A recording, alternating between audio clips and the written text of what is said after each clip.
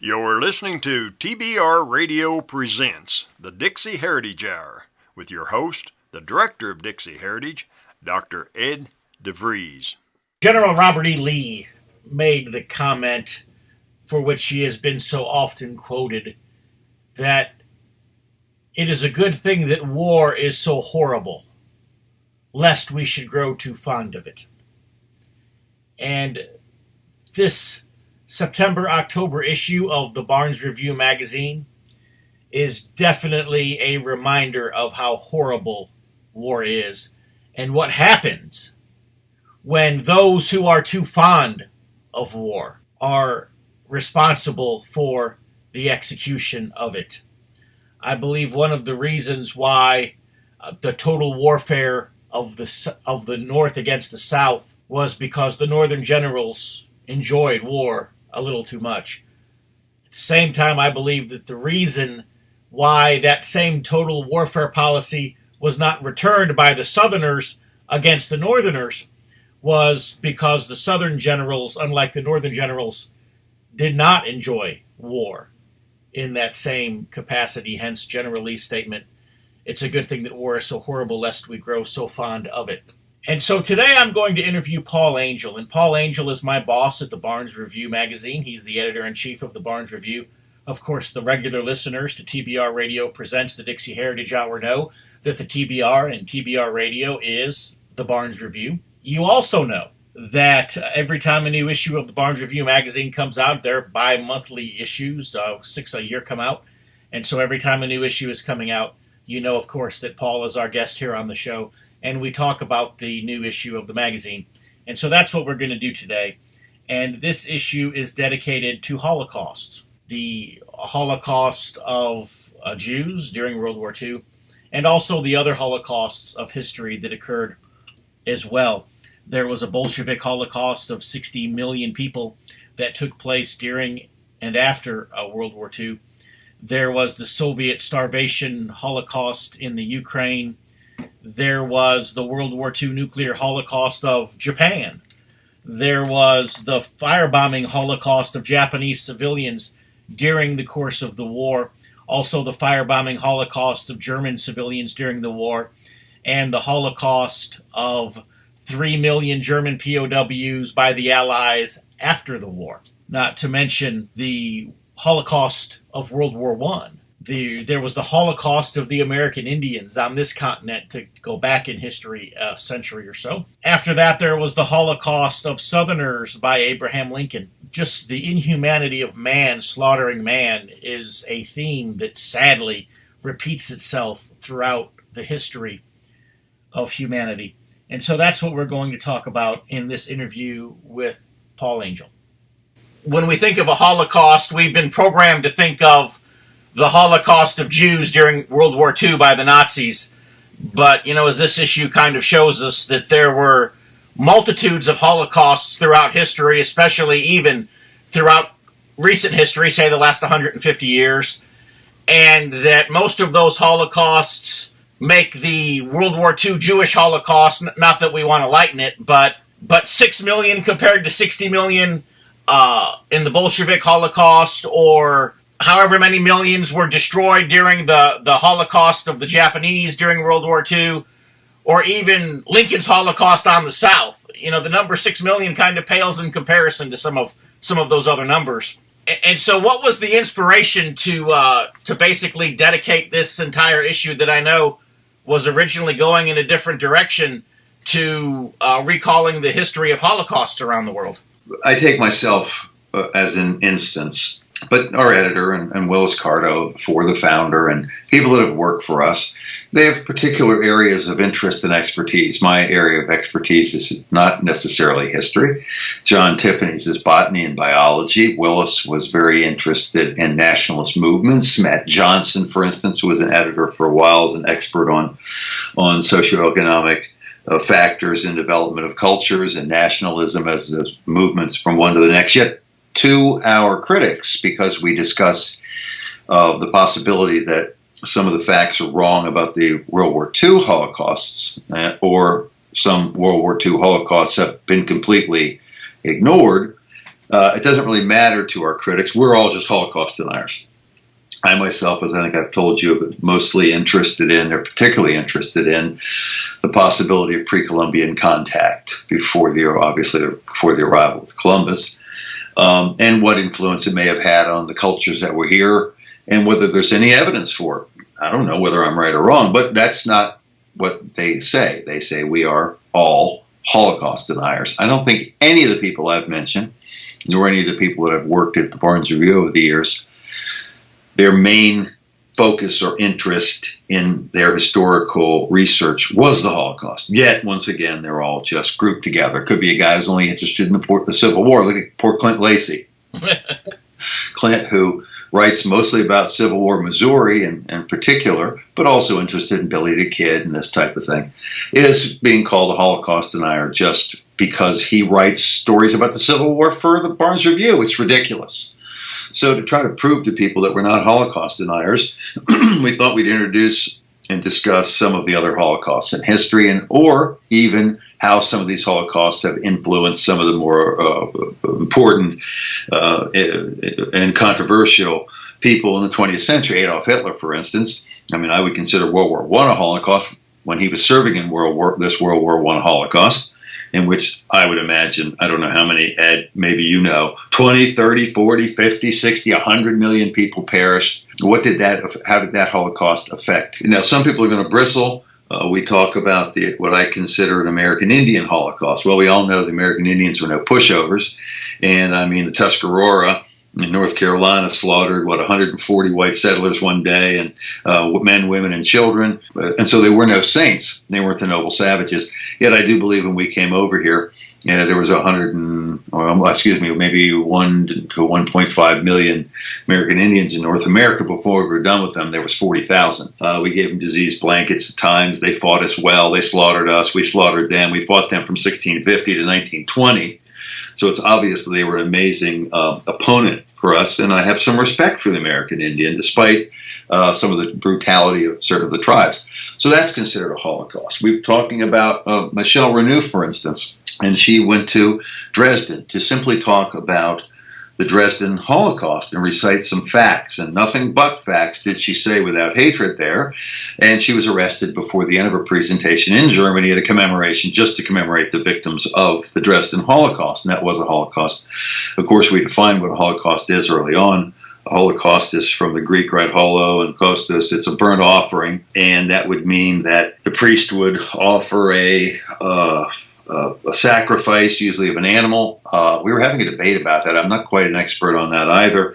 But generally the hide would be taken by the priest, and it would be burned in its whole, meaning it would be wholly burned so that nothing but ashes was left, and the scent of the burnt offering would waft up to God, and he'd be happy. So really, a real Holocaust means you got to be dying by fire. And basically your entire body has to be burned up. And so there are a few instances in history of actual Holocaust. They're rare. I think it's why in the claims about the Jewish Holocaust, it was so important to introduce the idea of the crematory ovens. We've kind of expanded our definition of Holocaust to, and by the way, the Webster's now says, I think it's mass slaughter. That's the first definition. The second definition of Holocaust is it's the New Oxford Dictionary, is the slaughter of the 6 million Jews during World War II. So that word has been appropriated. Holocaust has been appropriated. We can't use that anymore. It's kind of like the word gay. I wouldn't say you were gay, even if you were happy, but maybe 25 years ago I might have said so. So certain words change their meaning over time, and one of them is the Holocaust. That being said, we believe that any mass slaughter of innocent civilians is a Holocaust. We not only discussed some of the forgotten Holocaust, the Holocaust in Ukraine in the 1920s, where the kulaks, the productive farmers, were their crops were taken, and they died in some numbers like 6 to 9 million. And if you picked up a seed, I understand, off the ground to give to your child, it was a death offense. Okay, very few people know about that Holocaust. We ought to have that Holocaust Memorial Museum somewhere.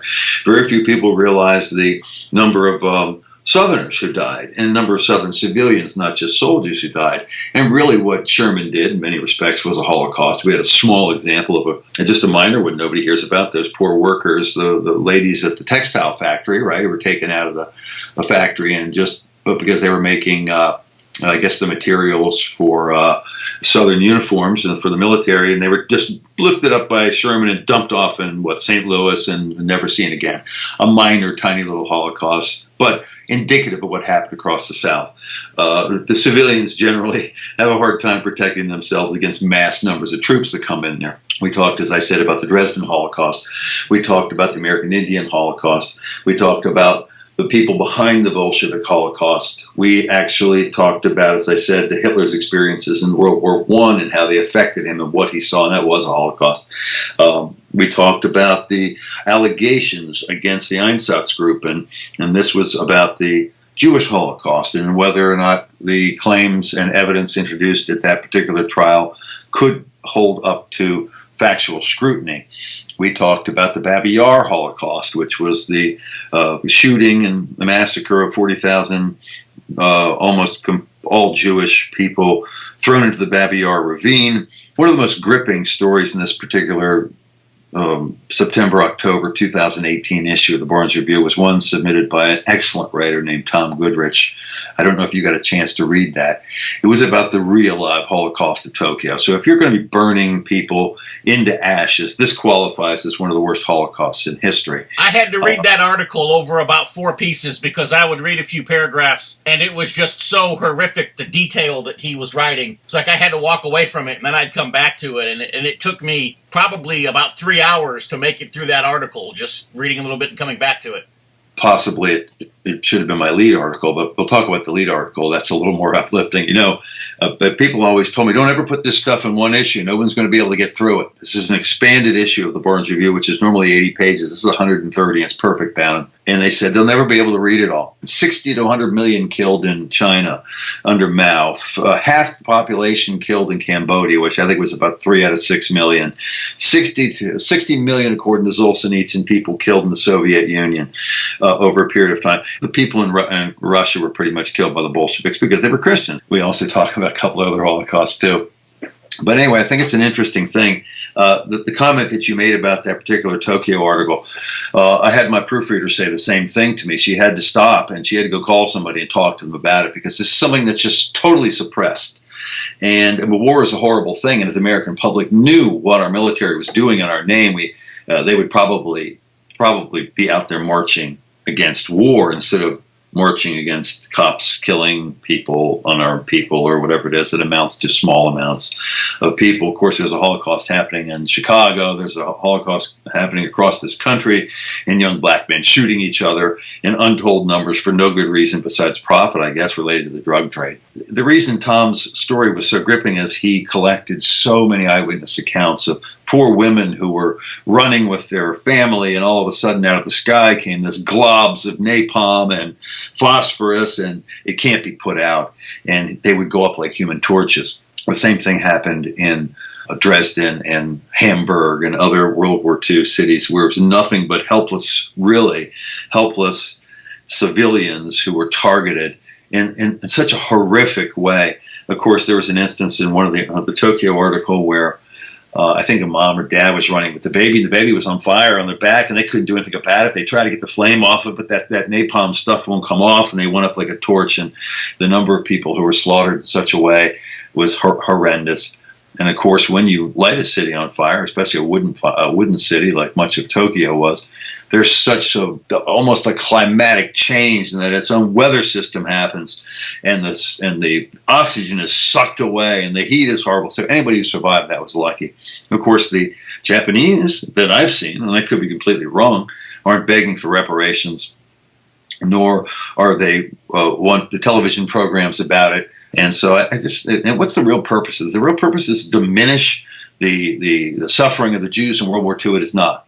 It's more to explain to people that man has been slaughtering one another since the earliest times. It's what we do. I'm hoping that one day we can advance beyond this solution. War itself ought to be outlawed.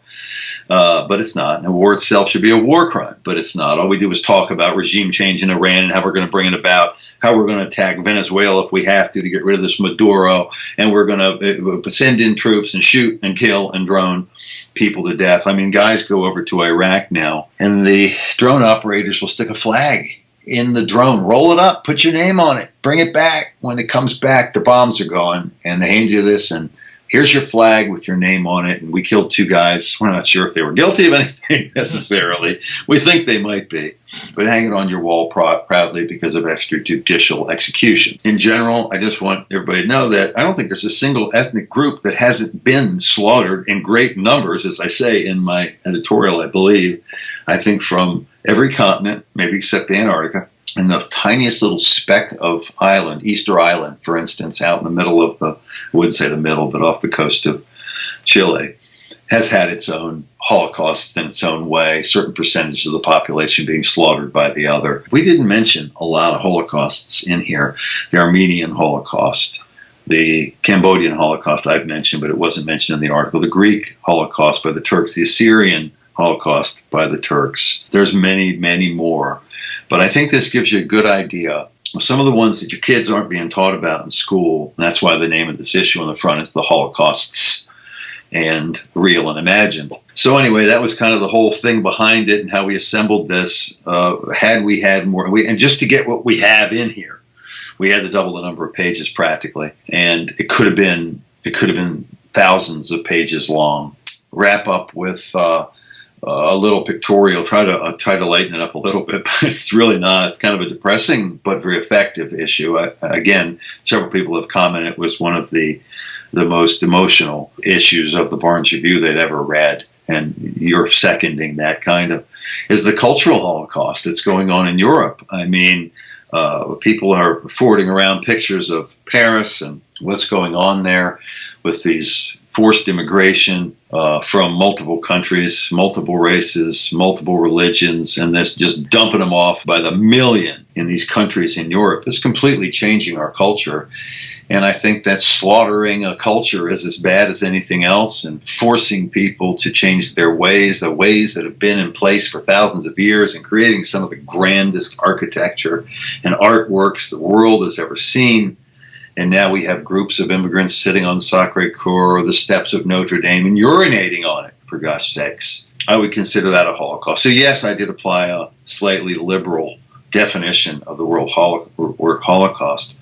But to me, Holocaust is destruction of something in its entirety. And this is what has happened. This is what has happened since the earliest times of human beings. And it's time we realize that and work against it. Got to stand up and admit that we're violent, vindictive, greedy, and also redeemable. I would like to mention your story. We did have a lead story because North Korea is so much in the news. Let's go ahead and pause here. We'll have a brief commercial for the Barnes Review, and we'll come back in 60 seconds and talk about the Kim Jong-un article. If you love listening to the Dixie Heritage Hour, then I know that you'll love reading the Barnes Review.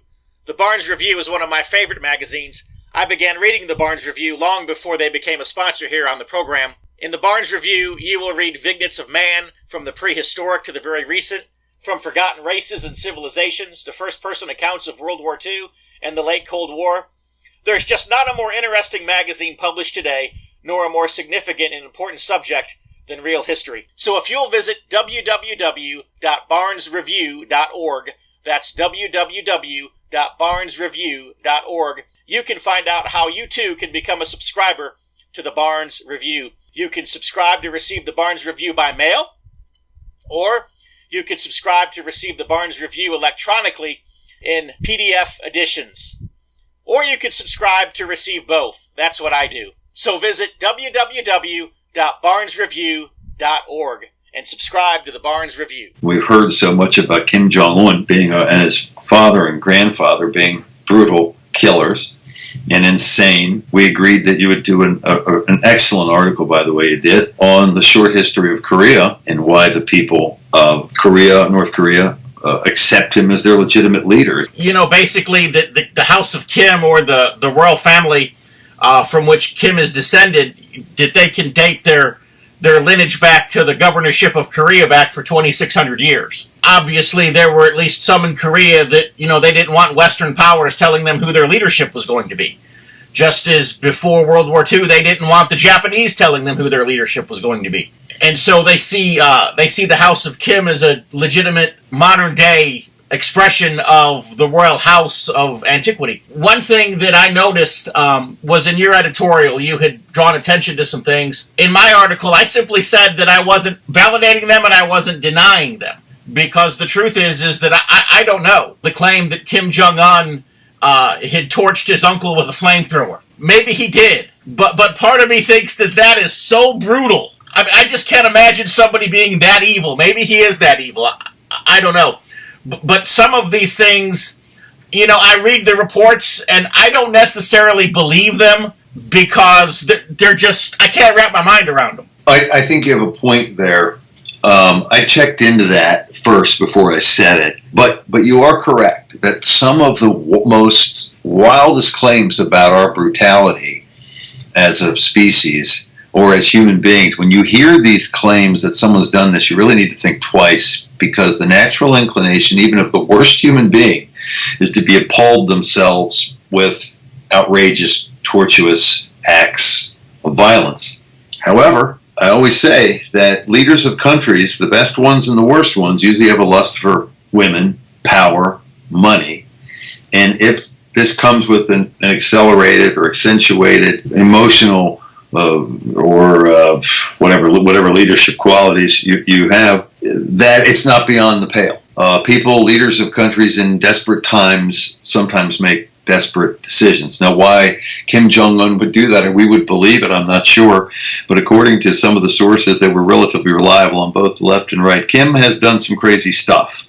I mean, his people have been starving, is that correct? We think, for years, and part of his development of his nuclear program was to try to have a bargaining chip to make life better for them. You look at the industriousness of the South Koreans. Now, I don't know whether or not the geography is completely different, or the climate, but I doubt the people themselves are much different between North and South. And you see how successful the South has been, and how, I think it's true that they haven't been able to produce enough food to feed themselves. But well, that being North said, and South Korea, imagine, if you will, the Dakotas or Nebraska. And obviously, the agricultural capacity of Nebraska is a little bit better than the Dakotas because it's a little warmer. Sure. Looking at the industriousness and intelligence of the people on that peninsula, and the fact that just north of Korea to the left, right, is still Peking, and north of that is, well, Siberia. So obviously you have a point that the Siberians could be expected to feed the rest of Russia. But I do believe that in their location, and they could have probably found another way to do this than besides the way they've done it. However, look, can't argue with what he's accomplished. This guy took over at age 27, and he has put them on the map. They talk about intelligence and industriousness. They've developed not only ballistic missiles, but nuclear capability. That's something to be said with considering all the embargoes and international attention that's been put on them. And that's how he decided to do it. And he's got the United States extremely interested, which is why we kind of wrote this article, right? In that Donald Trump had just gotten over there, or had met him, in Singapore, I can't remember, and made a deal with him. Well, here's a tiny little country who allegedly cannot feed itself, with a psychotic leader who has the United States agreeing to meet one-on-one. That's a pretty amazing accomplishment. So we think there's probably a little more to the story, yes, than meets the eye. And even, I point out that if you go back 4 generations from Kim, you go to his great-grandfather. At that time in the early 20th century, Korea was basically a protectorate of Japan. The Korean royal family had been deposed. The Japanese were governing Korea, and there were independence movements in Korea. And it was Kim's great-grandfather who actually was a leader in one of the movements that had actually signed a declaration of independence for Korea. It was short-lived. He had to flee to China, and that's where the Marxist influence came into Kim's grandfather, who became the first leader of North Korea. My point being is that for 4 generations, this family has governed Korea, and for the first 2 of those 4 generations, their goal was to free Korea from Japanese, we'll call it dictatorship, but from Japanese domination, Japanese occupation, whatever the correct word would be. But this is a family that has systematically been taking Korea. Kim coming to power was not an accident. Or even Kim's grandfather being the founding, whatever you want to call him, of North Korea was not an accident. This goes back at least 4 generations, and these are very intelligent men who, if they weren't intelligent men, and if they weren't politically savvy, if you will, a guy like Kim wouldn't be in power today, given the overwhelming hatred of much stronger nations towards his. Well, I mean, even Trump admitted when he came back here that, I think the quote was, his people love him. Yep. And I think they love him for the very reason you said, that it ties them back to their glorious past. I mean, Korea had some great moments, even during its occupation. So yeah, I would find that if I were North Korean, that I would be looking at my country. If in fact we were having trouble feeding ourselves and our economy was in shambles and the world hated us, I'd say, look, man, we're still great. We have had great times in the history of our nation, and this guy is that thread that takes us to it. Yeah, Korea has been overrun. I mean, multiple times. Look at the very fact. I imagine every square inch of North Korea was bombed during the Korean War. Yet, and so what would you expect? You can think about that. It's only 50 years ago, 60 years ago. Right. And here they've gone, and that's 60 years. And maybe take it back further, as you say, to World War II, with the Japanese, which had a reputation as brutal overlords, and take what happened to them next, and the Korean War, and then this ostracization by the world, and yet they still stand at the spot where a U.S. president is willing to fly 6,000 miles to go meet one-on-one with a man who's allegedly insane. So yeah, the mainstream media and even our history books, of course, written by mainstream leftist academicians, is not telling us the whole story about what's going on there. You might find that North Korea is a massive success story in its own way. Well, the question that it begs, at least in my mind, and I know I'm getting a little bit off topic, but just by way of comparison, Cuba is a similar story. You know, when what would have happened with our relations with Cuba had the United States embraced Castro rather than castigating him, forcing him basically to get what help he could from the Soviets? It's the same thing with Korea. What if the United States would have, which was in total control of Japan at that time after World War II, what if the United States would have actually sought an alliance with Kim rather than basically trying to set up a puppet government in opposition to him?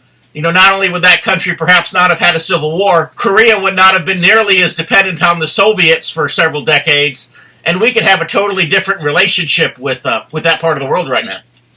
We may. It's difficult if, even for, say, a group like the Barnes Review, who's open to relations with any country, because I think you need to talk to your enemies as well as your friends, and you need to use diplomacy and not war. But it is difficult to wholeheartily embrace a leftist communist country because of the legacy of death and destruction they've left behind everywhere they've been. Of course, philosophers or historians will say that communism in its purest form has never even been tried. It's a bunch of baloney. It's been tried. We've seen what has happened in the Soviet Union, and so yeah, that would have been a hard sell. But sure, I agree with you. George Washington would have said, trade with them, profit with them, help them along, build relationships with them, but you don't necessarily have to have a super special relationship with them. I know one thing that kind of saddened me as I researched Korea was Kim's great-grandfather, what started as a Christian nationalist movement, by the second generation had become a Marxist communist movement. I think that could have been avoided in Cuba. I believe that had we reached out to Castro, he had definitely reached out to us at the conclusion of the revolution. I don't believe that Castro would have ever gone to the Soviets for help, and that could have been a crisis and a communism totally averted. You know, in Korea, I don't know that we could have ever prevented Kim's government from being Marxist or communist because of the time he had spent in the Soviet army and so forth. And you know, that was kind of even the conclusion of my article, that I was hoping that, you know, Kim Jong-un, the current leader of Korea, being governed, or rather being educated in Europe and reaching out to the West as he is, that maybe somewhere in all of that he'll be able to reclaim at least some of that Christian nationalism of his great-grandfather, and in doing so move away from the Marxist communism of his grandfather. Well, you know, the vilification of Kim family, and Kim Jong-un in particular, it just reminds you, right, of the vilification of Syria's al-Assad, who is an Alawite, and which is a form of Islam they get along quite well with Christians, and they share some of the Christian saints, and et cetera, et cetera. But with the death and destruction we've wreaked in the Middle East upon the Syrians in particular in this case, how could we ever admit that Bashar al-Assad is anything but the evil mastermind of mass slaughter? So, like, once the United States government has taken a position, i.e., Hitler was the worst thing in the world that ever happened, the Japanese people were evil, diabolical people, they never back off on it. And they go on it with it forever, because otherwise they'd have to admit they were wrong. And maybe they would admit that by admitting they were wrong, they might admit that had they been put up in a Nuremberg-style trial, we would have been the ones who have been, our generals would have been being hung on scaffolds. That's one thing about it. Is be nice if, and one thing I like about Trump is I don't know whether or not he's commented particularly about this. I just thought what he said about Kim and Vladimir Putin, for instance, right, is that, hey, they're not quite as bad as what we've heard, and they're people that deserve to be talked to, and we deserve to talk about having peace. So he seems to have divested himself of this policy that the United States government has, that it can never admit that it was ever wrong about anybody or anything, because history books would have to be rewritten, or maybe reparations might have to be paid. We'd have to admit that we're not the exceptional, right? The exceptional nation that's never wrong, that's out for the moral good of the world forever, never, never, never. So who knows? But I do see parallels between our vilification of, say, Assad and Gaddafi and Hussein and Kim. Listen, nobody's perfect, right? And the fact that at least we're working towards a solution here. Maybe it's because North Korea has got two very powerful, I don't know if they're allies particularly, but two very powerful neighbors that we just can't go be bombing them. But let's say that North Korea was located off in the middle of nowhere in the middle of the Pacific. Well, would we have already bombed these people into smithereens simply because they disagree with us, because they have a different way of going about it? I don't know. Well, Donald Trump talks about, he implied several months ago, even before he met with Kim, that his red button is bigger than Kim's red button.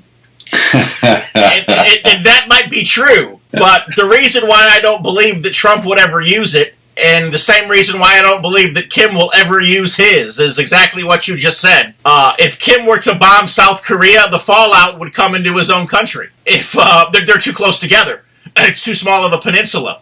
Right. And if the United States were to nuke North Korea, like you said, the fallout not only would hit China and Russia, which would put us at odds with two large superpowers, the fallout would also devastate Japan, who is an ally, and South Korea, who is an ally. Yeah, I just don't see a nuclear war happening in that part of the world. You're probably right. I know that the very idea that our leaders even discuss the use of nuclear weapons is ridiculous. We have a small article or a picture caption. We discuss the dropping of the nuclear weapons on Japan. It seems like they were pretty much defenseless cities.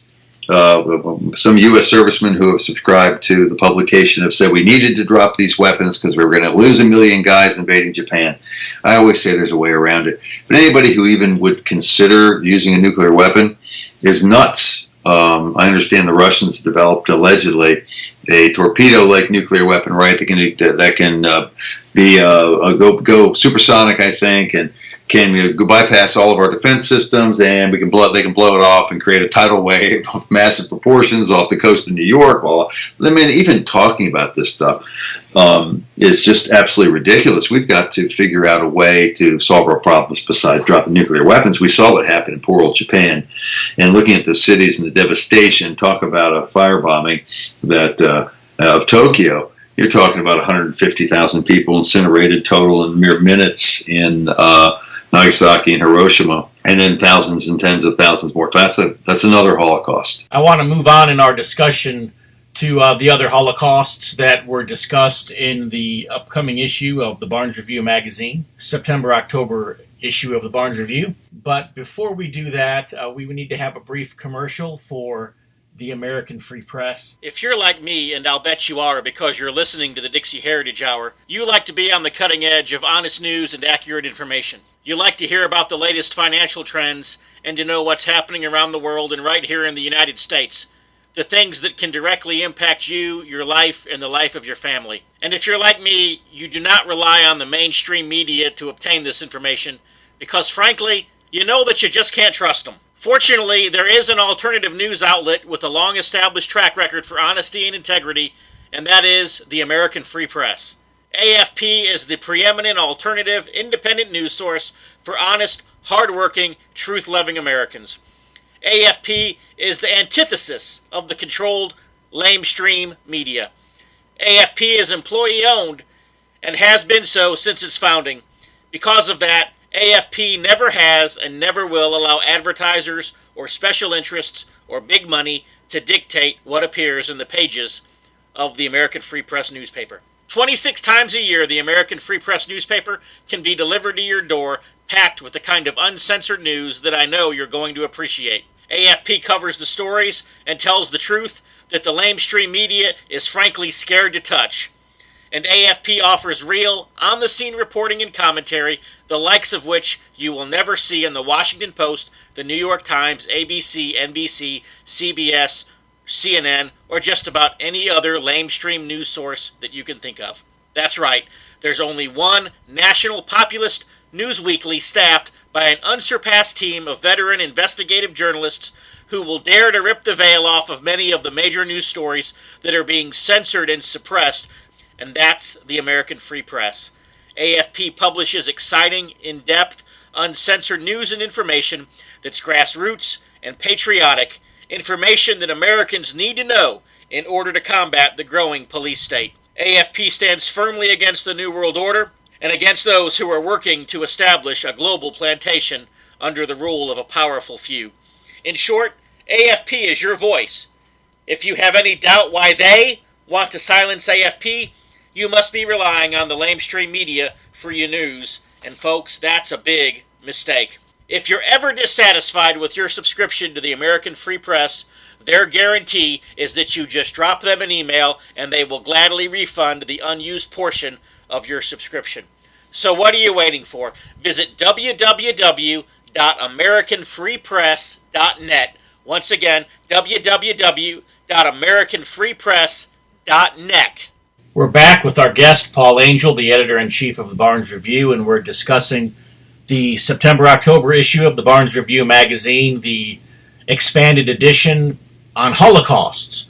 And of course, as we were researching these holocausts throughout history, especially those that took place in Europe during the time of World War II, we not only, of course, uncovered Nazi war crimes. Of course, those have been well documented and well illustrated, well broadcast, well advertised, well written about, well put on television, and so forth for the last 60 years. But we also uncovered a lot of Allied war crimes, crimes that were committed by the soldiers of the Soviet Union, of Great Britain, and even of the United States against the peoples of Germany and against the peoples of other countries in Eastern Europe and so forth. The powers that be in the European Union and even in Germany, they did not want us uncovering the Holocaust of their own people. You would think that the German government would be glad that somebody would finally be bringing to the attention of the world the horrendous evil, the horrendous toil and suffering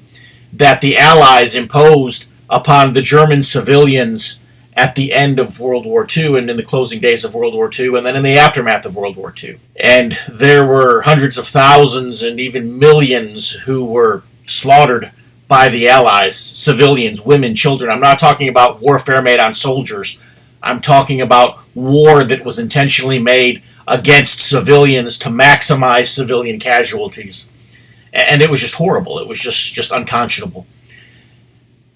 And yet our reporters and our journalists and our editors in Europe being arrested for doing nothing more than trying to uncover the facts of these Allied war crimes. And so, Paul, tell us about that. Some of the writers for this publication have been locked up in Germany, have been locked up across the world. The lady who wrote the Dresden article tells us of her being locked up for making comments, quoting, I think it was Chaim Weizmann, about deaths or something. It probably wasn't Dresden, it may have been. The news media isn't going to ever tell you this stuff. Maybe it's not part of the narrative. As far as our editor that was imprisoned there in Germany, at her memorial for the Dresden Holocaust, she was speaking there, giving a memorial speech.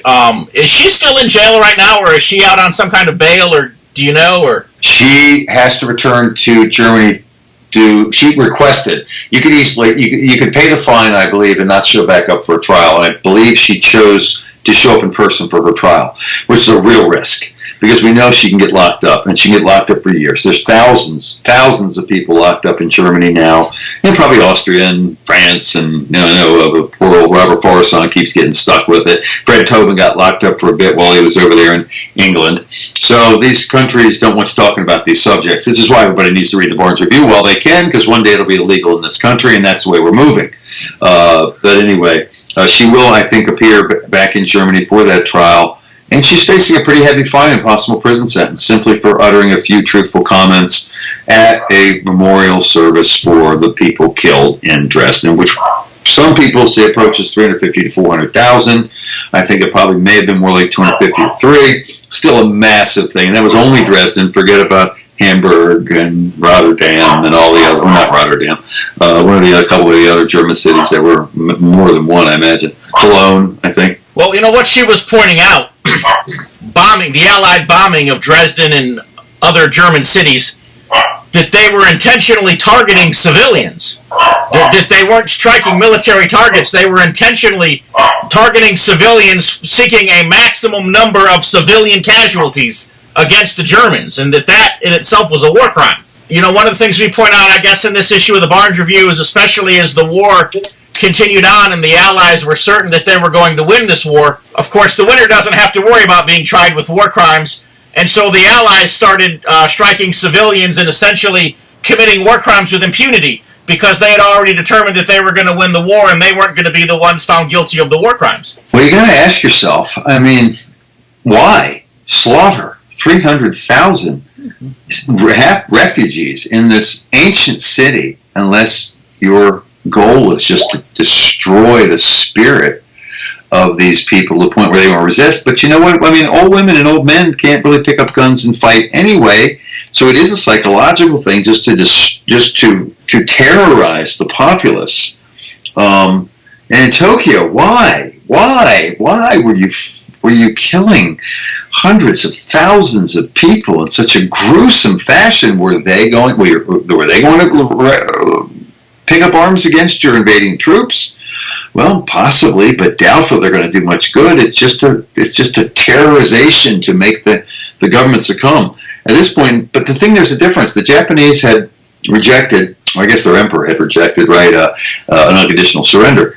I mean, Hitler had offered peace offers 30 times during the war to stop this. He had tried to make an agreement with Churchill, I believe, or with England, not to target civilians. I mean, there's got to be some rules for war, and this is what Hitler had agreements, I'm going to assume, with both Neville Chamberlain and was it King Edward, and basically they forced King Edward to abdicate, and Churchill replaced Neville Chamberlain just to force a war with Germany. Again, yes, I'm sure. I don't know specifically, but again, someone more familiar with this material than I might be able to back up what you're saying, or perhaps you know it.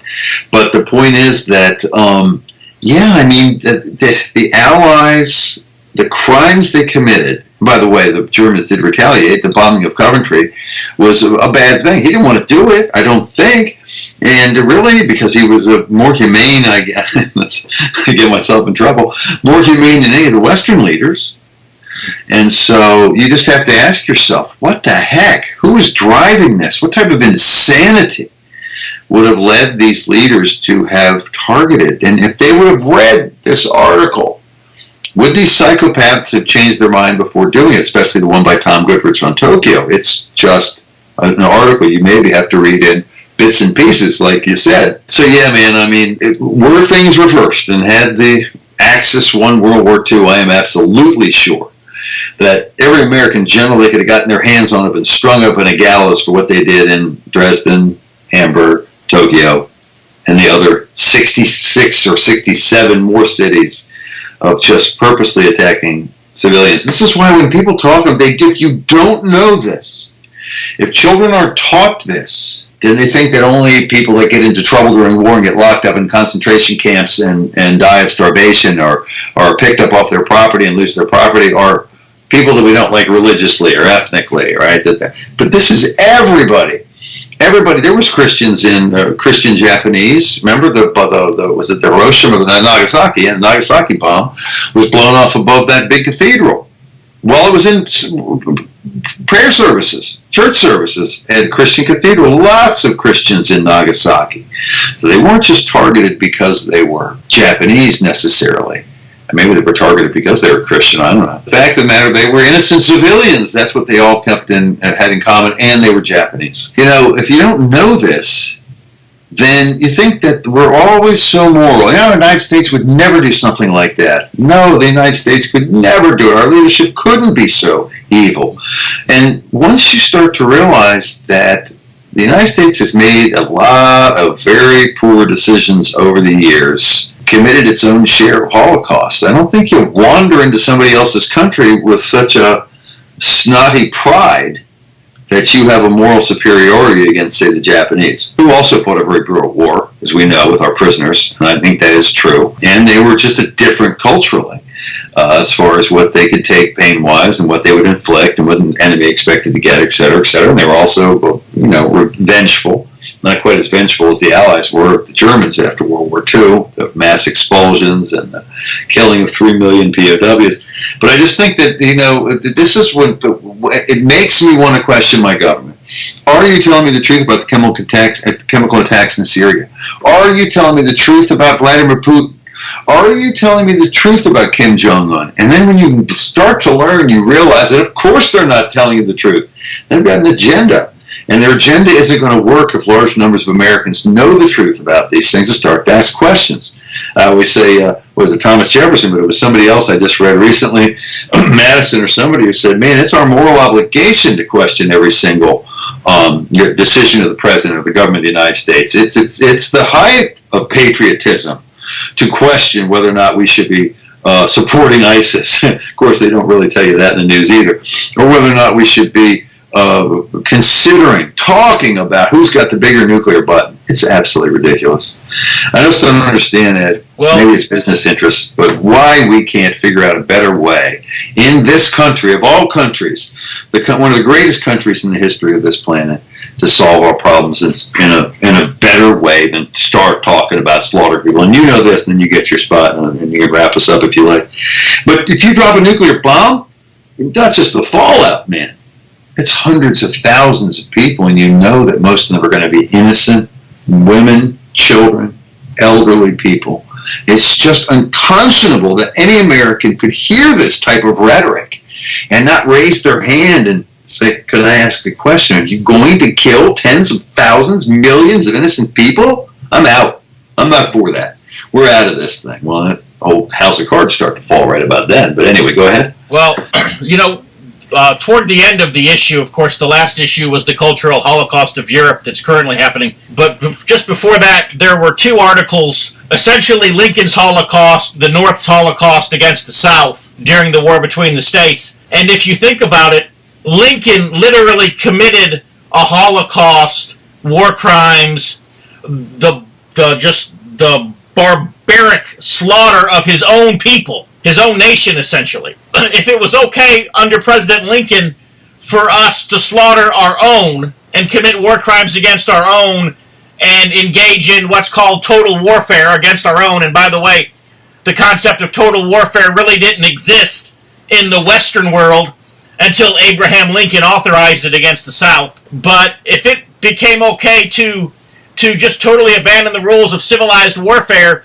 and act as barbarians towards our own people, as Lincoln made that acceptable, well, then certainly a generation later we could go over to Europe and be barbarians to those people. In other words, we didn't make the application in the issue of the Barnes Review, but I'm basically saying that it was the war of the North against the South that basically opened up the can of worms that made the nuclear holocaust of the Japanese or the slaughtering of the German POWs at the end of the war possible. You're probably 100% correct. We all know that the police state as such really didn't exist before Lincoln. I mean, I guess it may have. We had some tough leaders, but the idea, I mean, he changed it. He is the father of modern day police state, and the police state has no regard for its own citizens. That is the truth, and that's probably where it came apart. It did change us as a nation, obviously. I mean, I guess it had just popped into my head just a second ago. It's quite possible our nation lost its soul in 1863.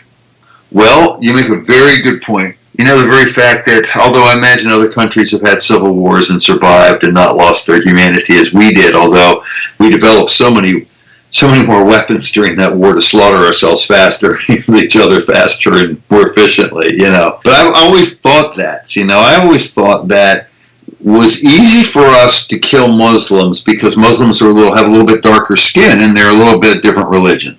Okay, wow, the American people would support that or support killing North Koreans because they look Mongoloid, right? And they have problems, but maybe a religion that's different. We don't really know.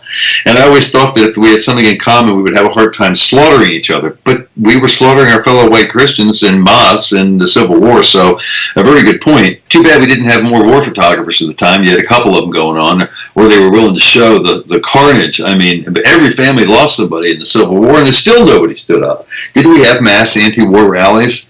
I know we had anti-draft rallies, right?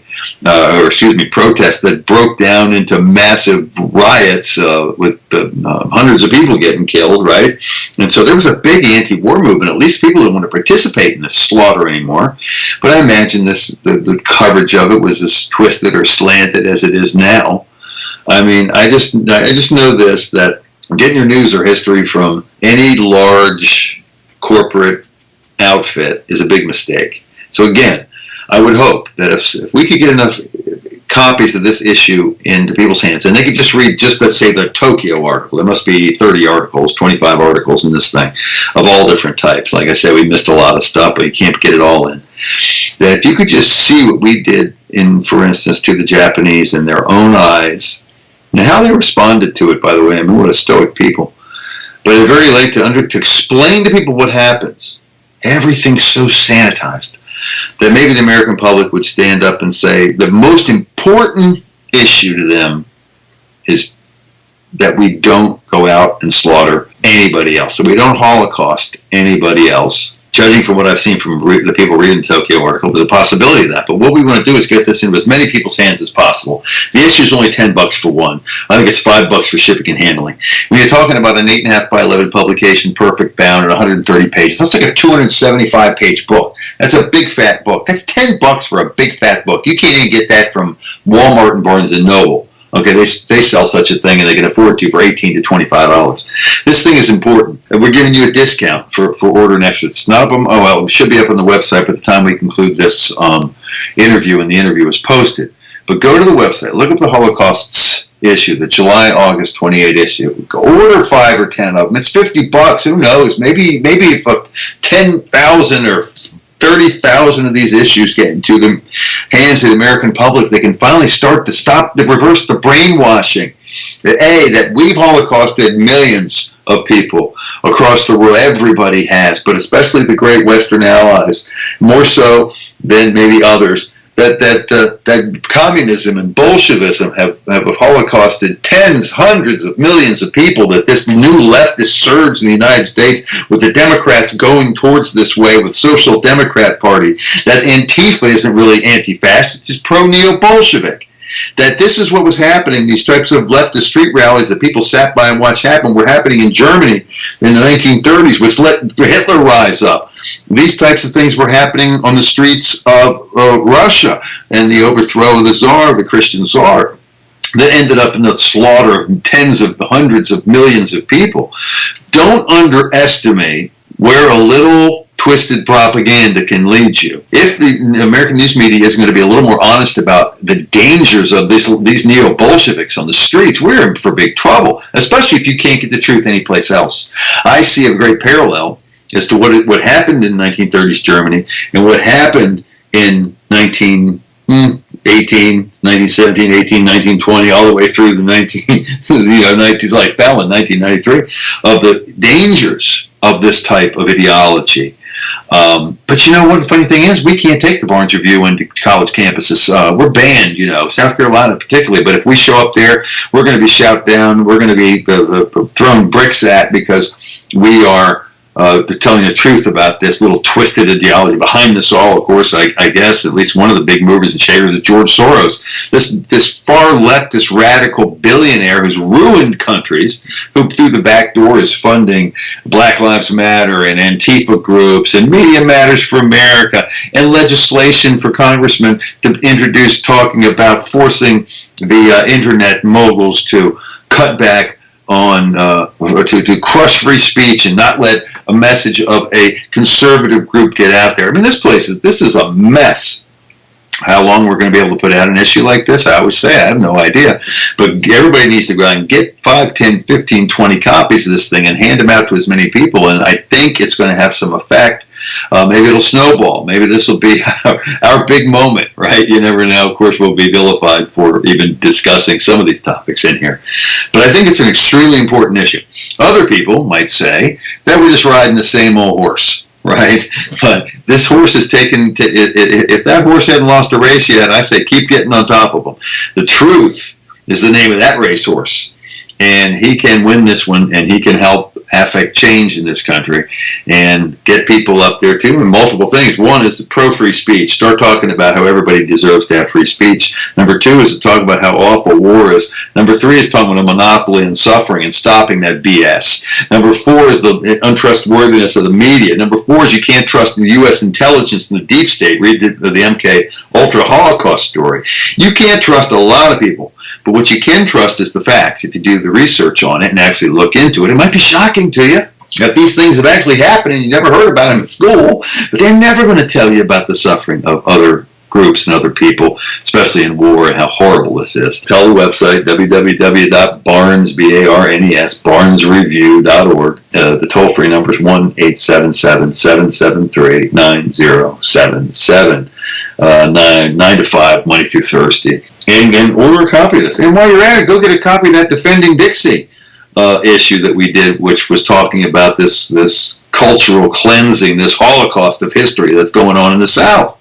Poor old Silent Sam got knocked over recently, right?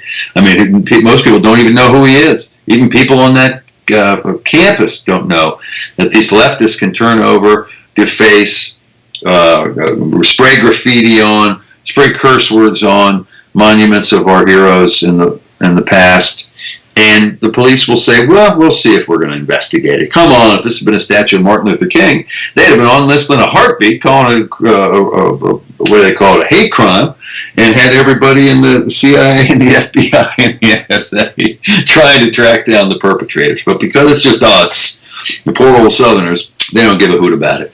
So that's another issue. I think that's a good one. Both of these are expanded issues. And, yeah, man, we're just going to keep plugging away. So thanks for talking to me about this particular issue. That's all the time that we have for this week's TBR Radio Presents the Dixie Heritage Hour. I always enjoy interviewing my boss, Paul Angel, the editor-in-chief of the Barnes Review, when a new issue of the magazine comes out.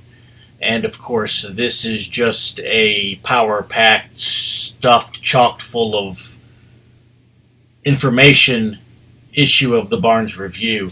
It's probably the biggest issue of the Barnes Review that will be put out this year. In fact, let me just say this. If you only read one magazine this year, and I'm not just saying one magazine from the Barnes Review, if you only read one magazine in the entirety of the year 2018, it probably needs to be this September-October issue of the Barnes Review. So go to the Barnes Review website, www.barnesreview.org. Check it out. And if you don't want to buy the print issue, then get the PDF issue. I think the PDF issue is like $3 maybe. It's less than the print issue. It'll still put the information in your hands and also put it in a format that you can share with others. So you'll definitely want to do that.